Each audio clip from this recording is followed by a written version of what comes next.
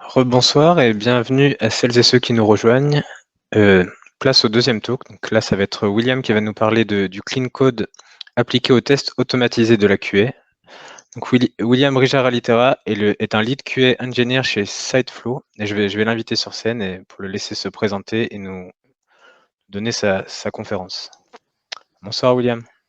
Bonsoir Thomas. Je mets ton écran. Est-ce que tout est prêt de ton côté? Tu peux démarrer? Oui, c'est bon, on peut y aller. Eh bien, merci beaucoup et bon talk à toi et bon talk à tout le monde. Merci beaucoup. Donc bonsoir à tout le monde et merci beaucoup déjà à l'organisateur pour l'organisation de l'événement et merci pour tous ceux qui assistent aujourd'hui à cette conférence. Donc aujourd'hui, on va parler de clean code.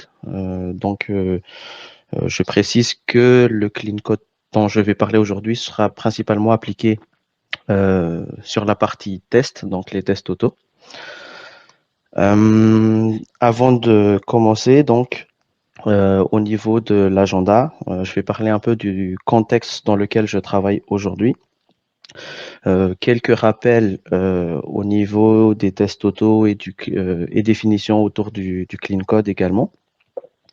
Après cela, on va parler justement du sujet principal, donc les recommandations pour appliquer le clean code. Et bien sûr, je vais donner un retour d'expérience sur ce que ça nous a apporté et un petit bonus à la fin pour justement vous aider toujours dans cette pratique. Donc, qui suis-je? Moi, c'est William Ralitera. Je suis de formation ingénieur réseau et télécom, principalement donc très orienté réseau, virtualisation, télécommunication. J'ai eu mon premier CDI en 2015. Pendant ce premier CDI, j'ai directement commencé en tant qu'ingénieur qualité logicielle. Et depuis cette période, j'ai toujours eu la chance de mettre en place en fait une stratégie d'automatisation de tests. Démarrer une stratégie euh, de test ou mettre en place un pôle QA pour à la fin mettre en place l'automatisation.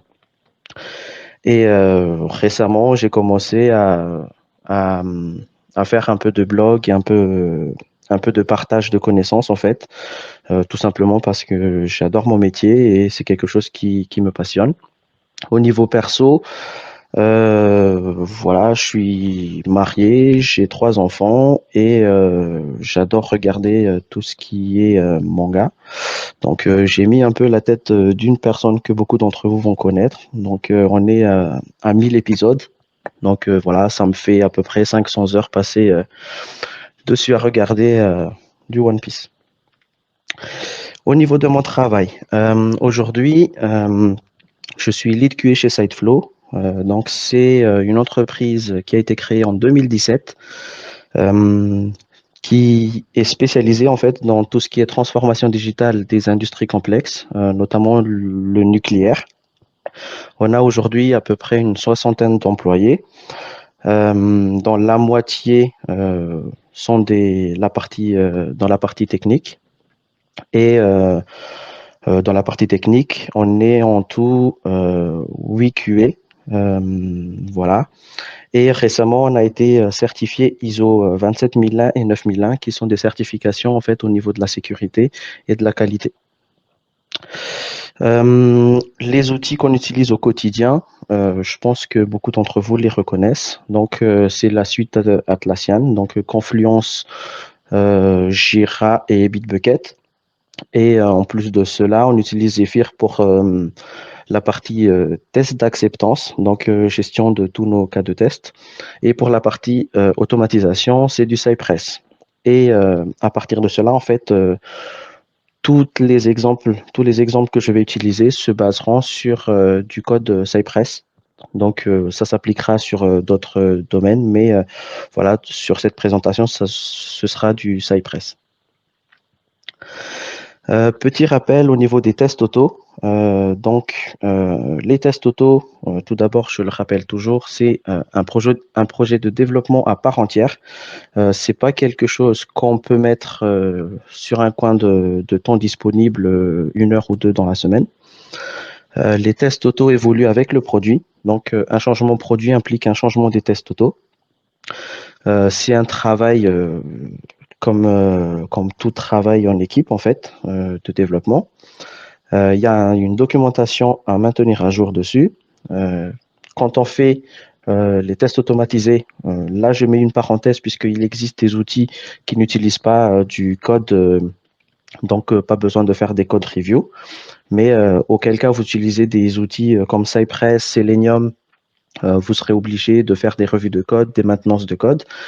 Et bien sûr, quand vous utilisez un framework de test automatisé, donc c'est un outil en plus à utiliser, donc forcément il y aura des bugs qui peuvent être générés soit par votre propre code, soit par l'outil l'outil d'implémentation. Au niveau de la définition de clean code, donc j'ai pris les propos d'une personne qui est aujourd'hui une icône et bien connue dans ce domaine. Donc c'est Monsieur Robert Martin, écrivain du livre Clean Code, A Handbook of Agile Software Craftsmanship, pardon. Donc, il dit que le code est propre s'il peut être compris facilement par tous les membres de l'équipe. Il dit également qu'un code propre peut être lu et amélioré par un développeur qui n'est pas son auteur initial. Et enfin, quand un code il est compréhensible, implicitement, il devient lisible, modifiable, extensible et maintenable. Par déduction, un mauvais code, donc dans le contexte du test, un mauvais code, en fait, il sera au niveau scalabilité difficile à aller dans, dans une expansion rapide et avec un volume énorme. Il reste également assez fragile. Si votre code est facilement impacté avec un seul changement, ça veut dire qu'il faut changer quelque chose. Pareil, au niveau de la complexité, si vous êtes le seul à comprendre votre code ou votre implémentation, c'est que il faut également changer cela puisque vous ne travaillez pas tout seul. Et le dernier point, c'est au niveau de la répétition. Donc, à un moment donné, vous allez écrire du code, vous allez avoir plus de code et encore et encore. Et à la fin, en fait, vous allez potentiellement avoir l'habitude de copier-coller votre code et de changer juste des éléments. Et en fait, à cumul, ça va juste être ingérable. Voilà, cette liste-là n'est pas totalement exhaustive, mais il y a d'autres marques de mauvais code qui peuvent apparaître. Je tiens quand même à préciser que cette présentation-là est à base de T-Rex, donc totalement basée sur des retours d'expérience et aussi beaucoup de bon sens dans ce qui est du clean code. Donc, rentrons un peu dans le sujet. Beaucoup d'entre vous, j'espère en tout cas de ma génération, ont eu connaissance du fameux clé USB MP3. Et en fait, j'explique un peu pour ceux qui ne connaissent pas. À l'époque, quand on voulait utiliser cet outil, il fallait des fois avoir un CD, le rentrer sur son PC. Du coup, on se retrouvait avec des tracks 01, track 02. Après, on devait reconvertir tout ça en MP3. Et à la suite de cela, on va pouvoir renommer du coup tous nos fichiers un par un avec les bons titres, l'artiste correspondant, l'album correspondant. Et enfin, on le mettait sur la clé et puis on pouvait écouter ces chansons.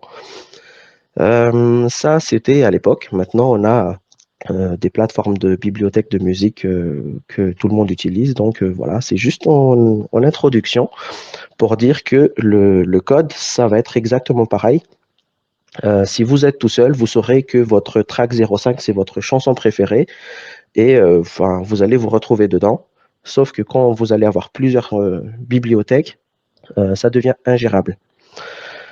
Sur ce, première recommandation, c'est d'éviter en fait d'avoir des dossiers, comment je pourrais appeler ça, des dossiers poubelles ou un dossier fourre-tout où vous allez mettre dedans tous vos tests, donc les tests visuels, les tests de sécurité, de performance, les tests API, et à la fin, en fait, pour l'exécution, vous allez un peu galérer pour le faire.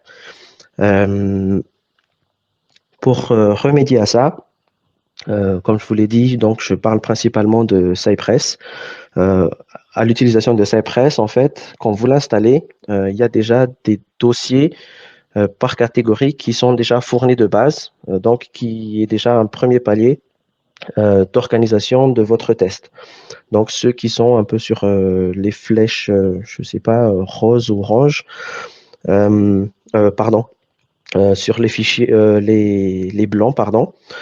Et à la suite de cela, vous pouvez améliorer déjà ce qui est donné de base en mettant vos besoins. Donc, par exemple, nous, chez SiteFlow, on va utiliser des dossiers de type test data pour la gestion des données dynamiques. Donc, nous, on génère pour chaque test, en fait, une campagne de données dynamiques. On va gérer plusieurs configurations d'environnement, donc dans le dossier config. Et pareil, on a créé un autre dossier pour gérer tout ce qui concerne en fait nos fonctions, nos helpers, nos identifiants, enfin locators, pardon. Et en rentrant un peu plus au niveau des scénarios, après tout ça, c'est dans intégration. Mais dans intégration, nous, on a créé plusieurs dossiers et sous-dossiers pour classer en fait nos tests par type, par catégorie ou par type d'utilisateur. Et ainsi, en fait, même si demain, une nouvelle personne arrive et qu'il doit reprendre l'arborescence, il va connaître facilement en fait les choses. C'est des noms simples à utiliser, donc voilà. Vous pouvez jouer en fonction de votre produit, mais essayez de bien catégoriser en fait votre arborescence de test. C'est un peu lié au précédent point par rapport au nom. Donc là, j'ai donné quelques exemples, on va dire, à ne pas faire. Déjà, je ne sais pas si vous voyez bien au niveau de l'écran, mais je vais quand même essayer d'expliquer.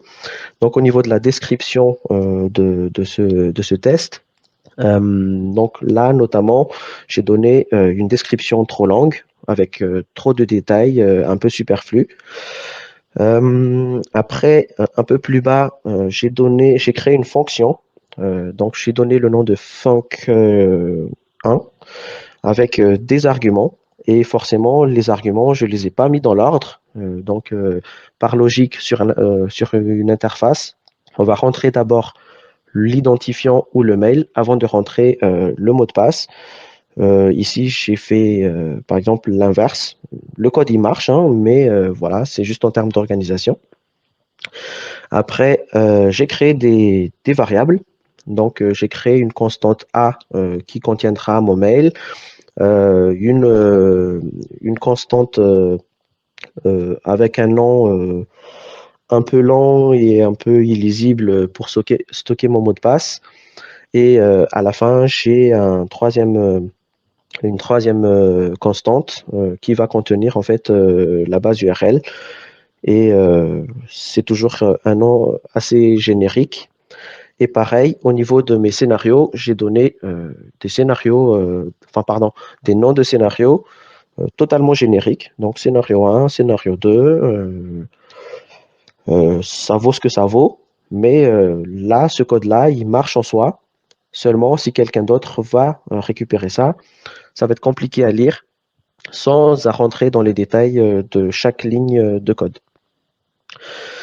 Pour y remédier, du coup, ça revient un peu comme précédemment. Je vous conseille donc d'utiliser principalement des phrases courtes, faciles à utiliser, assez explicites, mais le plus important, c'est que du coup, ça vous parle quand même. Il ne faut pas rentrer dans l'excès de réduire forcément les choses. Aujourd'hui, il existe plusieurs systèmes de nommage. Les deux, je pense, les plus connus sont le camel case. Commencer par une minuscule et mettre un majuscule à chaque nouveau mot. Et ou l'underscore. En fait, du coup, vous séparez par un underscore chaque mot de votre variable ou de votre fonction, pardon. Mettez en ordre, du coup, les arguments de vos fonctions. Et pareil, au niveau des noms de fonctions que vous allez utiliser dans vos tests, essayez d'utiliser des termes, soit des termes techniques, soit des termes métiers, qui vous parlent et qui parlent à toute l'entreprise, en fait. Et ce sera plus simple. Et vous pouvez même utiliser ce qu'on appelle des personas, en fait, des représentants, comment expliquer ça? Des représentants virtuels de vos clients, par exemple, ou de vos utilisateurs, admin, guest ou lender dans le cas que j'ai présenté. Et un point très très important, le nom que vous utilisez doit être recherchable dans l'application.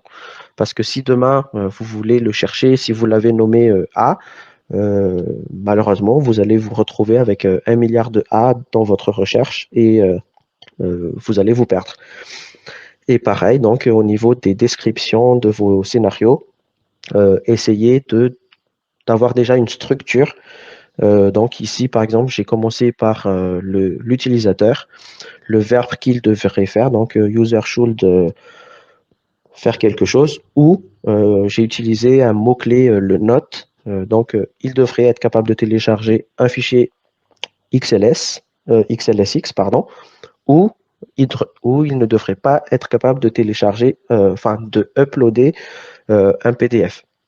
Donc voilà, c'est des astuces, hein, tout simplement, pour gérer les noms de vos fonctions, de vos variables, de vos fichiers de code. Pardon. La recommandation suivante concerne en fait les gestions de logs et des erreurs.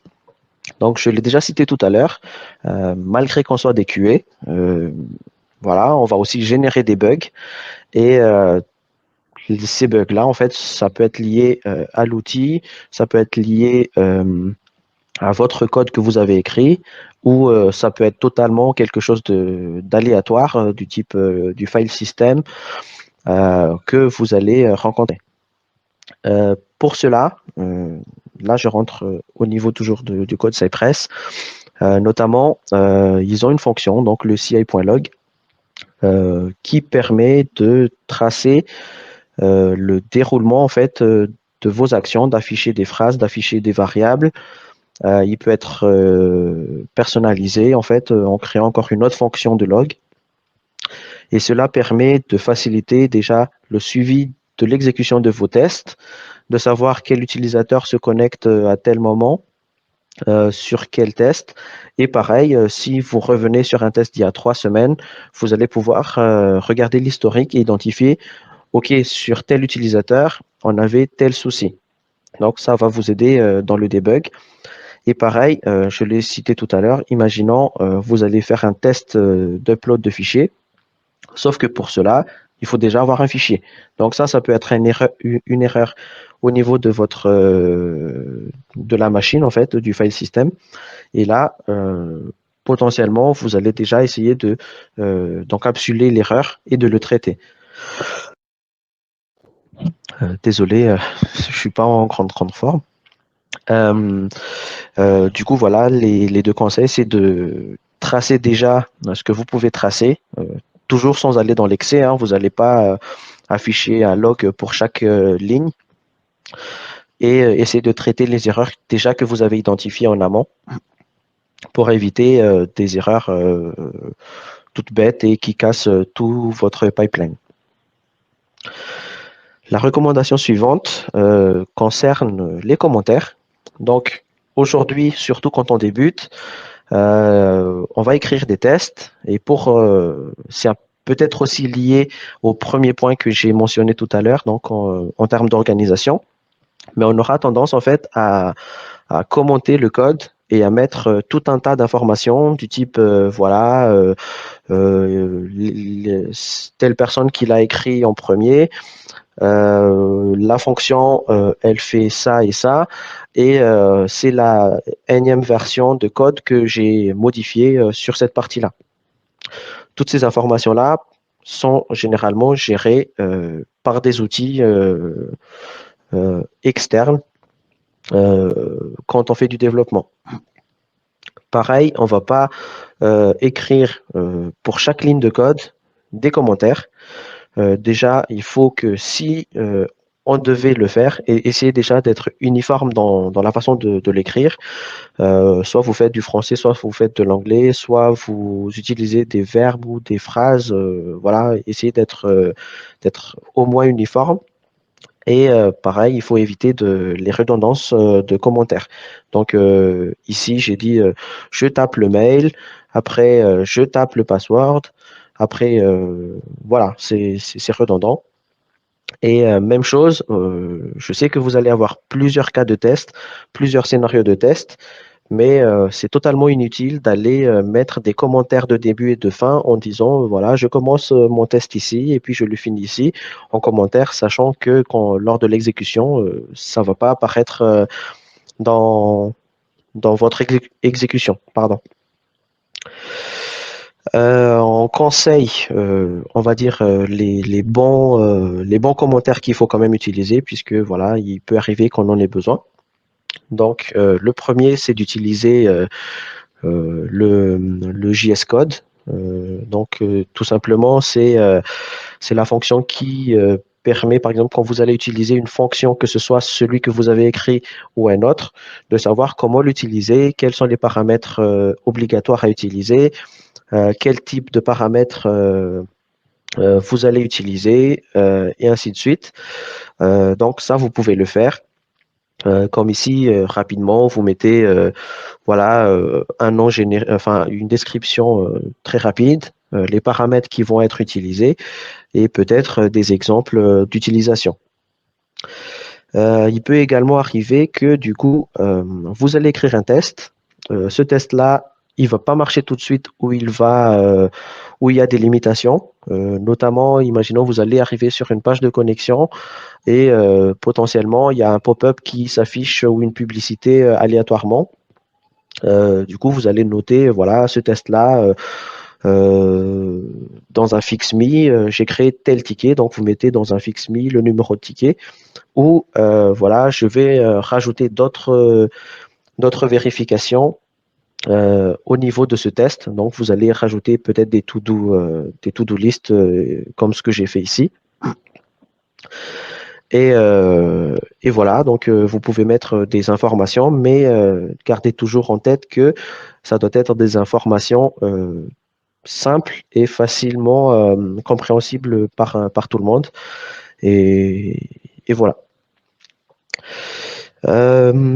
Le vif du sujet, enfin l'un des sujets quand on parle de clean code, en fait, on entend souvent parler, surtout au niveau des développeurs, que voilà, j'ai fait du refacto, je fais faire du refacto.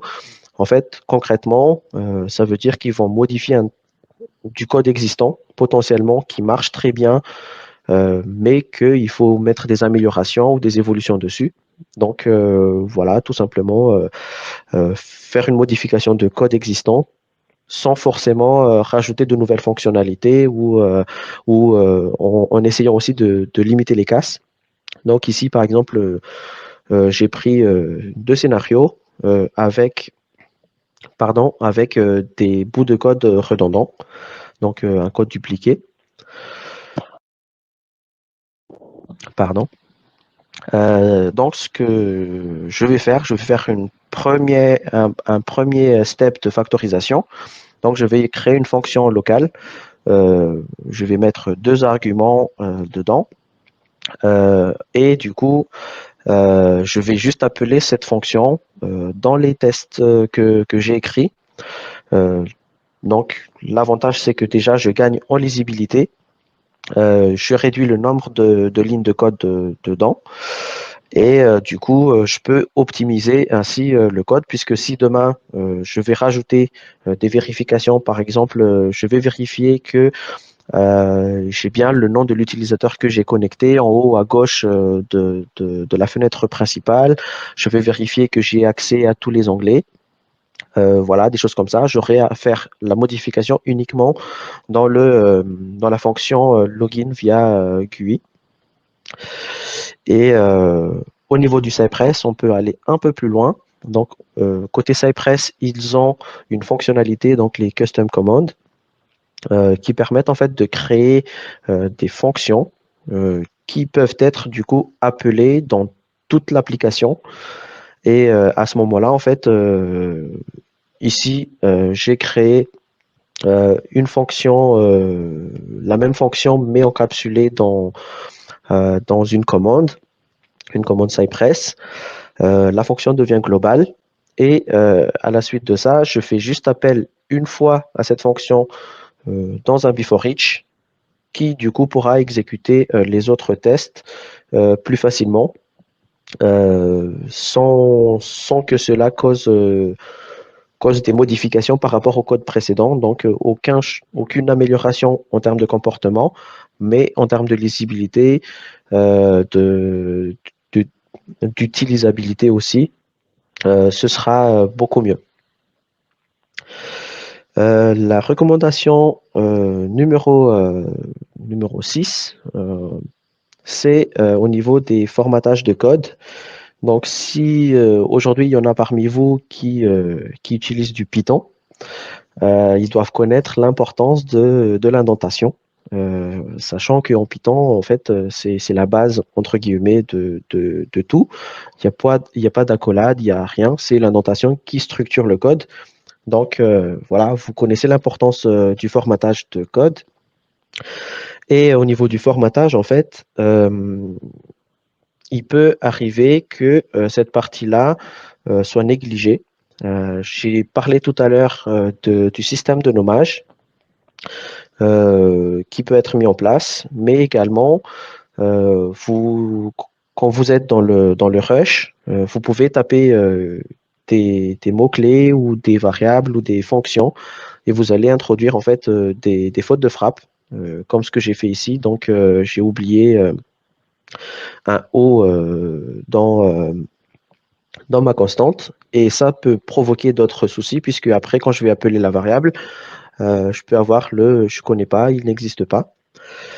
Pareil, vous allez avoir pas mal de lignes, des sauts de lignes, l'indentation qui n'est pas correctement mise. Et potentiellement, voilà, des fois vous allez mettre des points-virgules, des fois vous n'allez pas mettre de points-virgules, des fois vous allez utiliser autre chose. Pareil, dans certains cas, vous allez utiliser des doubles guillemets, des fois c'est des simples. Tout ça, en fait, ça fait partie du formatage de code. Ça peut ne pas impacter le fonctionnement, mais concrètement, c'est des risques à prendre, en tout cas au niveau de l'implémentation, de l'appel des variables ou des fonctions que vous allez utiliser. Pour cela, en fait, pour résoudre cette partie-là, l'idée, c'est de créer des règles, tout un tas de règles, en fait, pour tout le monde. Donc, que ce soit au niveau du système de nommage, de l'utilisation d'un virgule, d'un point-virgule, de l'indentation, de tout ce qui concerne les espaces, tout ça peut être mis dans des règles. Et une fois que les règles sont définies et que tout le monde est d'accord sur cette partie-là, sachant qu'il n'y a pas de bonne ou mauvaise forcément de règles, mais il faut juste que ça soit appliqué au niveau de l'entreprise et que tout le monde soit d'accord dessus pour jouer le jeu. Et après, dans un deuxième temps, vous avez ce qu'on appelle des linters, en fait, qui vont, entre guillemets, analyser votre code et vérifier que, euh, que les règles qui ont été rentrées sont bien appliquées. Du coup, si je reviens un peu sur mon slide précédent, vous allez voir que à des moments donnés, le slint m'indique des soucis et dans d'autres cas, c'est autre chose qui m'indique qu'il y a un souci. Donc voilà. Par contre, je mets quand même un point important donc, sur l'utilisation des règles. Il ne faut pas aller dans l'extrême en disant, voilà, j'ai défini une règle en disant, je peux utiliser que deux arguments dans une fonction. Si à un moment donné, vous avez besoin d'utiliser un troisième argument, voilà, il faut être intelligent et se dire, voilà, l'utilisation des règles aussi, ça implique qu'il y aura toujours des exceptions. Et donc, dans cette exception-là, il, il faut savoir s'adapter. Ça ne veut pas forcément dire que du coup, vous devez changer les règles, mais au moins, euh, au niveau de Aslint, par exemple, il est possible d'ignorer dans certains cas les règles que vous avez mis en place. Euh, Au niveau des retours d'expérience, donc comme je l'ai mentionné tout à l'heure, donc dans l'équipe aujourd'hui, l'équipe QA chez Siteflow, on est réparti entre la France, enfin entre Paris, Bordeaux et Tunisie, et forcément en fait l'interaction se fait à distance. On travaille beaucoup donc à distance et cela implique la mise en place de beaucoup de choses pour que quand quelqu'un crée quelque chose, les autres puissent le réutiliser. Donc, qu'est-ce que ça nous a concrètement apporté? Donc, au niveau des revues de code, euh, on a on est beaucoup plus vite en fait pour valider une PR aujourd'hui et ça va beaucoup plus, c'est plus fluide également. Sachant que quand on a fait une grosse refacto à mon arrivée chez Siteflow, cela nous a pris à peu près, je pense, 3 ou 4 mois, où du coup on a arrêté la production de scénarios et on a tout mis à plat en fait au niveau des règles, au niveau des fonctions, au niveau de la façon d'écrire les fonctions, euh, les règles d'utilisation et tout ça. Pareil au niveau de la façon de coder. Aujourd'hui, du coup, même si deux personnes codent deux scénarios totalement différents dans deux modules totalement différents, euh, bizarrement, en fait, on tend vers la même écriture de scénario. Pareil au niveau des fonctions. Quand quelqu'un écrit une fonction, potentiellement, on arrive à retrouver facilement cette fonction-là, puisque du coup, il y a les conventions de nommage, il y a les termes techniques, et du coup, en cherchant un peu, on arrive à savoir s'il y a déjà quelqu'un qui a créé ou pas euh, cette fonction-là pour pouvoir le réutiliser ou le mettre à jour pour d'autres besoins. On a gagné en productivité. C'est un peu lié à tout ce qui est revue de code, tout ce qui est production de nouveaux codes. Donc, les tests sont beaucoup plus stables également. Donc, ça nous aide à avancer un peu plus vite. Nos tests, suite à cela, sont beaucoup plus robustes et fiables. Donc, on a un peu moins, enfin, il y en a toujours, mais un peu moins de tests des faux positifs ou des faux négatifs. Donc, aujourd'hui, on a quasiment les mêmes résultats à chaque exécution. Pareil, la mise en place de structures d'organisation et de méthodes de travail un peu clean permet aux nouveaux arrivants en fait de s'adapter plus rapidement et de voir, enfin même quand on présente les choses, on dit ici c'est ça, ça permet de faire ça et ils se retrouvent très rapidement dans le bain. Euh, à utiliser en fait les fonctions déjà en place ou les dossiers déjà en place. Donc, au niveau processus et méthodo, je l'ai déjà mentionné tout à l'heure. Il y a également un effet de renforcement d'état d'esprit, puisque je pense que beaucoup d'entre nous, donc moi, pareil, avant, j'étais comme ça, quand on fait des tests auto, on n'a pas forcément en tête l'idée d'aller faire du code très propre, très structuré, sachant qu'on se dit, voilà, c'est pas quelque chose qui va impacter le produit, donc potentiellement, ça va pas impacter le client, donc je vais pas créer des bugs en production, voilà. Donc voilà, je peux mettre ça de côté, c'est pas grave. Sauf que en travaillant sur du clean code, on se force à améliorer la méthode de travail, on se force à faire quelque chose de propre, on pense aux autres en disant, voilà, si je fais n'importe quoi ici, voilà, c'est les autres qui seront impactés. Et même nous, quand on lit quelque chose de bien, euh, voilà, c'est agréable et on a moins tendance à dire, mince, mais c'est qui a fait ce code enfin, je vais pas le dire ici, mais voilà, je pense que beaucoup vont comprendre ça. Pareil, au niveau des gestions des runs, nous, aujourd'hui, nos tests, ils se lancent dans la CI. C'est pas en intégration, vraiment exécution continue. Ils se lancent en schedulé. Mais en fait, comme on a la possibilité d'avoir une bonne structure, donc on est capable de lancer uniquement, imaginons, des tests de login totalement séparés d'un test de création d'entité, par exemple. Et cela, en fait, se fait parce qu'on a fait des structures qui permettent justement cette scalabilité et, euh, et, euh, et que tout le monde puisse utiliser en fait cette exécution-là sur différents environnements.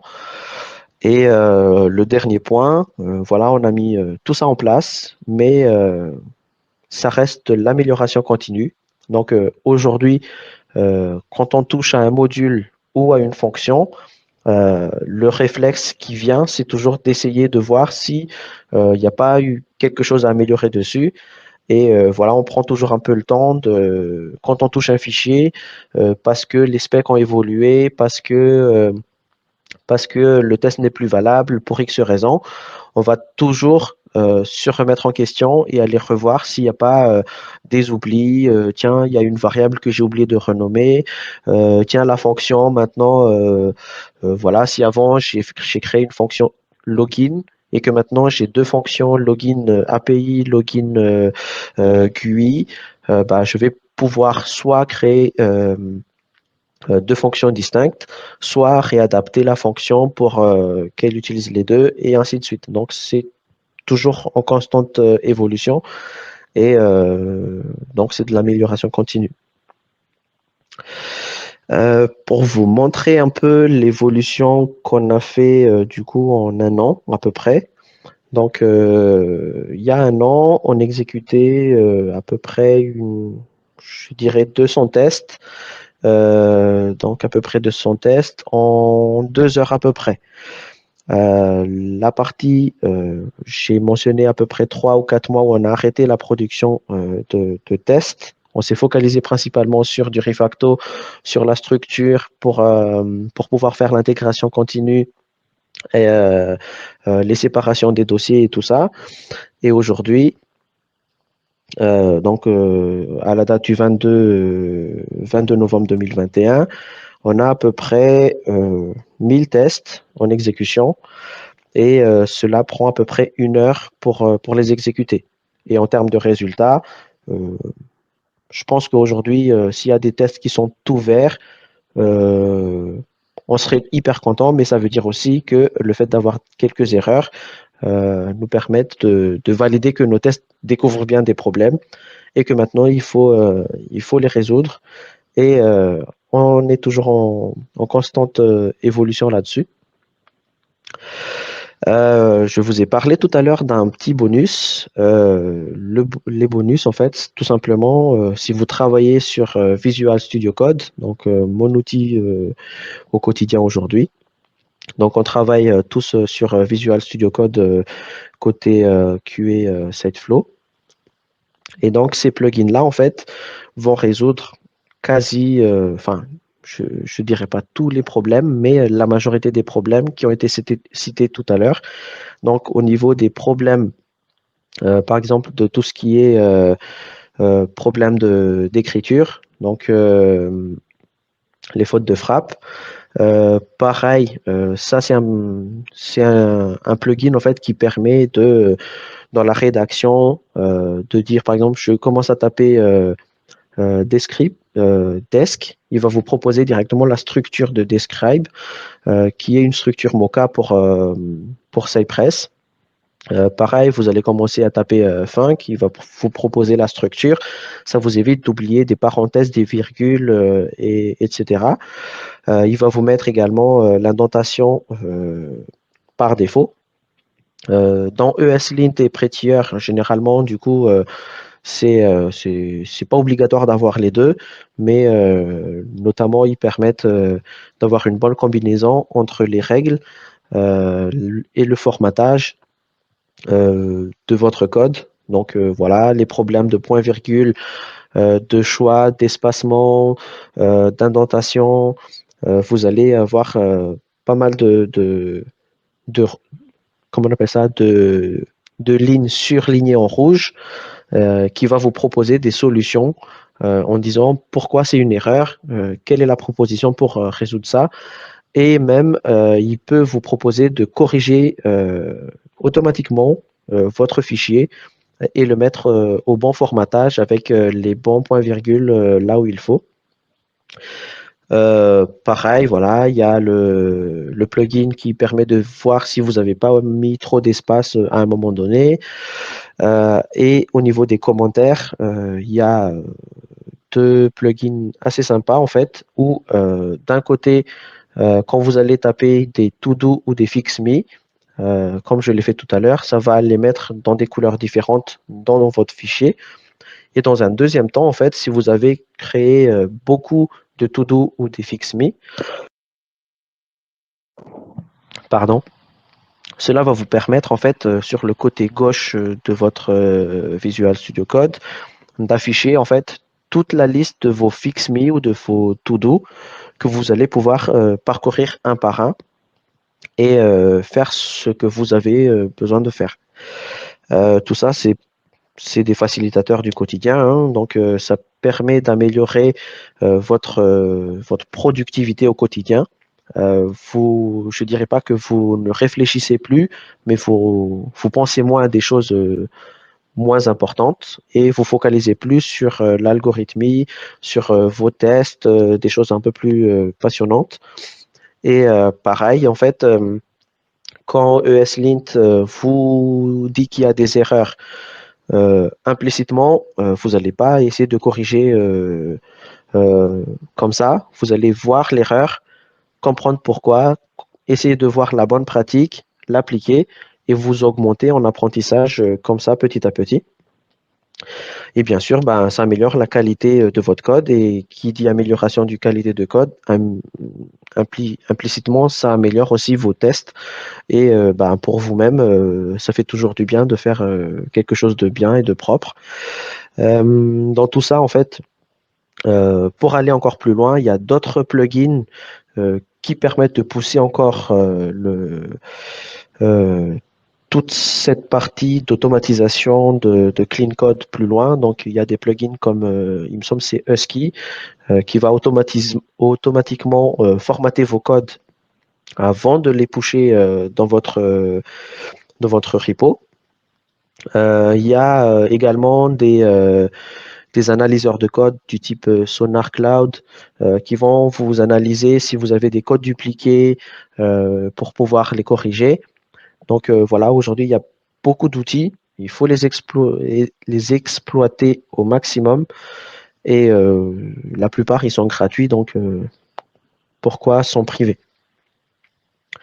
Donc pour résumer un peu toute cette partie-là, donc il faut gérer l'arborescence correctement, les noms, Au niveau des logs et des erreurs, voilà, on va créer des erreurs, donc il faut savoir déjà les suivre et il faut les traiter, que ce soit avec les commentaires to do, fix me ou directement au niveau du code en catchant les erreurs.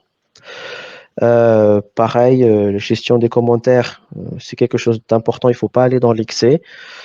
Les deux points qui sont beaucoup liés au plugin que j'ai présenté, donc la factorisation et le formatage. Et à la fin, la partie bonus. Il faut utiliser des outils existants. Les gens, ils se sont cassés la tête à les créer. Ils sont gratuits, ils sont assez stables. Donc, allez-y, ne vous en privez pas. Donc, voilà, j'ai fait un doublon, bon, l'effet du live. Et puis, bah voilà, le mot de la fin. Merci aux organisateurs déjà, et merci à tous ceux qui sont présents aujourd'hui, qui ont écouté nos talks de tous nos speakers. Et voilà, le mot de la fin, c'est voilà, si chacun essaie de nettoyer un peu son code, voilà, les codes seront un peu plus nets pour l'exploitation.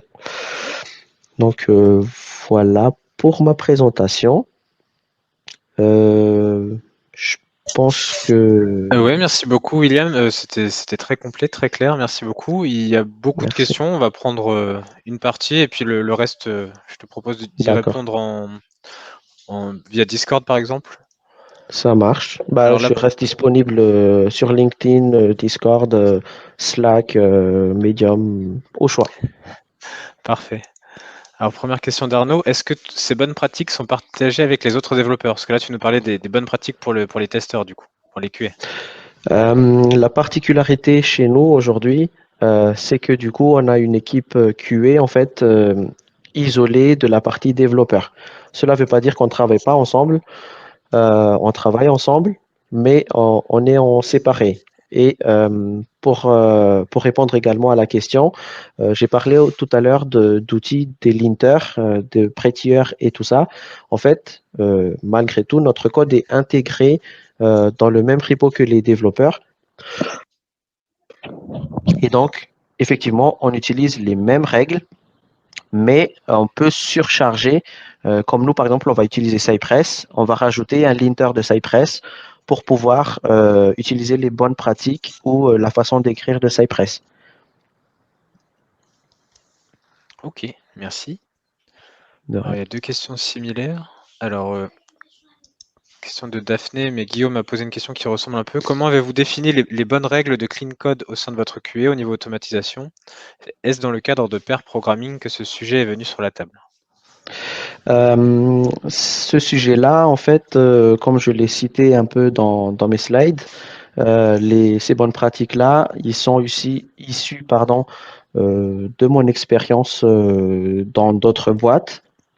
Il y a aussi une grande partie qui reste de la bonne pratique, donc voilà, enfin du bon sens, pardon, où je me suis vautré avec, par exemple, le dossier avec un fourre-tout de tests. Du coup, mettre en arborescence, mettre les bons noms va dans ce sens. Et, euh, et du coup, en fait, c'est en arrivant chez Sideflow, ils ont déjà commencé à mettre en place des tests. Et quand j'ai parlé de refonte tout à l'heure de 3 4 mois, c'était que du coup, ils avaient les tests un peu, par exemple, scénario un par un. On a tout refait. J'ai écrit des règles par rapport à l'expérience que j'ai eue et on les a appliquées. Après, il y a des choses qu'on a discutées ensemble et du coup qu'on a adaptées pour Sideflow.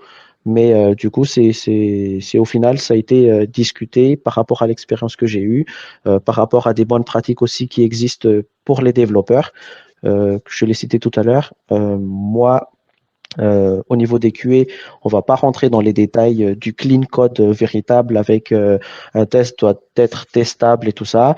Voilà, on a adapté à notre contexte et aujourd'hui, c'est déjà une première phase. Ça peut aller plus loin, mais en tout cas, pour l'instant, ça marche. Ok, merci. Question de Guillaume. Par rapport au to-do, comment gérez-vous leur réalisation? Créez-vous par exemple un ticket dans votre issue tracker pour pouvoir les planifier? Aujourd'hui, tous nos tickets, les user stories ou les bugs sont créés dans Jira. Et en fait, dans ce sens-là, si c'est un bug, les to-do, les commentaires seront mis dans le test directement associé au code. Donc, par exemple, un to-do, enfin un fix me de point ticket PQA 130. Ça, c'est la première partie. Il y a des tickets du coup qui ont été créés mais qui n'ont pas encore été corrigés. Donc, les tests, ils vont casser. Dans Cypress, il y a le scénario associé avec le ticket qui a été créé. Du coup, ça, on a le suivi. Et après, du coup, ça reste dans les to-do des backlogs. Et sinon, pour les planifier, aujourd'hui, en fait, on se focalise beaucoup sur déjà la création comment on appelle ça, des tests de base. Donc, on est sur la stratégie du CRUD. Donc, on part sur cette partie-là. Si, par exemple, lors d'une création, ça ne marche pas, pour X raison, un bug ou autre, on va le mettre dans un to-do list pour plus tard. Et la priorisation, en fait, en fonction des besoins à l'instant T. Ok, Je ne sais pas si ça merci. répond. Guillaume nous dira par commentaire. Prochaine question de Daphné. À quel moment vérifiez-vous que ces bonnes pratiques sont bien appliquées? Via les merge requests, en relecture de code, en pair? C'est lors des revues de code, principalement. Ok. Et ensuite, Guillaume qui pose une question spécifique. Un code bien écrit ne devrait pas nécessiter de commentaires pour expliquer son fonctionnement. Partagez-vous cette affirmation concernant les tests automatisés? Euh, je dirais plus ou moins. Puisque je l'ai dit tout à l'heure, si vous avez un bon nom de scénario, par exemple, une description devient inutile, mais un commentaire, ça peut être, comme je l'ai dit, un to-do, un fix me, ou quand vous allez créer une fonction, vous allez utiliser du JS Code, et le JS Code, en fait, le format slash de point étoile étoile, euh, ça reste un commentaire. Donc, voilà, le moins de commentaires possible, mais cela ne veut pas dire que c'est interdit, quoi. Mais c'est ce que tu disais tout à l'heure. Il faut des règles, mais on a le droit de ne pas les respecter parfois. Oui, mais il faut que ça Hmm. se justifie quand même. Ouais. Ouais, sinon c'est la porte ouverte. Ouais. Ok. Et probablement la dernière question, encore de Guillaume. Comment sont déclenchés vos tests avec un scope à la demande? Tout à l'heure, tu parlais du login, manuellement, et par qui? Aujourd'hui, en fait, on a sectionné nos tests dans des dossiers. Je l'ai montré dans mes slides du début. Pardon. Donc, je ne sais pas si je peux revenir rapidement dessus. Donc, nous, on a une structure de dossier comme ce qui est montré sur l'écran. Et en fait, par exemple, on va lancer des tests de login. Le login fait partie déjà d'un sous-dossier spécifique. Et en fait, le run, on utilise des variables d'environnement et des variables dans la commande CI, en fait, en définissant des dossiers. Et en fait, dans la CI, quand on va sélectionner, par exemple, je veux lancer des tests de login sur tel environnement, on a déjà la commande préparée dessus. Et n'importe qui, que ce soit un dev ou un QA, il pourra le lancer pour vérifier que uniquement les logins fonctionnent correctement. Ok, merci. On va poser une dernière question. On me, on me- on me souffle en backstage qu'on a encore le temps. Question de Diana. Par rapport aux nombreuses règles existantes dans le domaine du clean code, comment faites-vous pour décider jusqu'où pousser le curseur? Euh, Aujourd'hui, on a déjà galéré à instaurer les premières règles, pardon. Donc là, on commence à prendre vraiment un rythme de croisière là-dessus. Potentiellement, les clean codes, je l'ai mentionné tout à l'heure, on va pas pousser euh, très très loin le clean code. Par exemple, on va pas se mettre à tester nos scénarios de test pour vérifier qu'ils testent bien la feature qui doit être testée. Enfin, je m'embrouille moi-même, mais voilà, ça fait partie des clean codes. Donc, une fonction doit être testée unitairement. On va pas aller dans ce sens. Et petit à petit, en fait, comme je l'ai mentionné, c'est de l'amélioration continue. Dans ce sens, même si demain, on se dit, tiens, on a mis, par exemple, euh, des règles de nommage qui aujourd'hui ne s'appliquent plus parce que, pour X raisons, en fait, peut-être que demain, on va changer totalement de système de règles de nommage. Ça peut être lié aussi aux développeurs. Et voilà, on s'adaptera là-dessus. Ça peut être lié à des changements d'outils qui vont nécessiter, imaginons, d'autres règles de clean code qui sont pas applicables aujourd'hui. Et donc, voilà, petit à petit, comme ça, en fonction des besoins, on rajoute petit à petit les choses. Ok, merci pour la présentation et pour toutes ces réponses.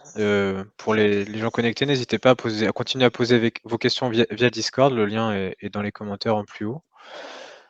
Et merci encore, William. Bon rétablissement. Et puis, Merci bonne fin de beaucoup. soirée. Et Merci.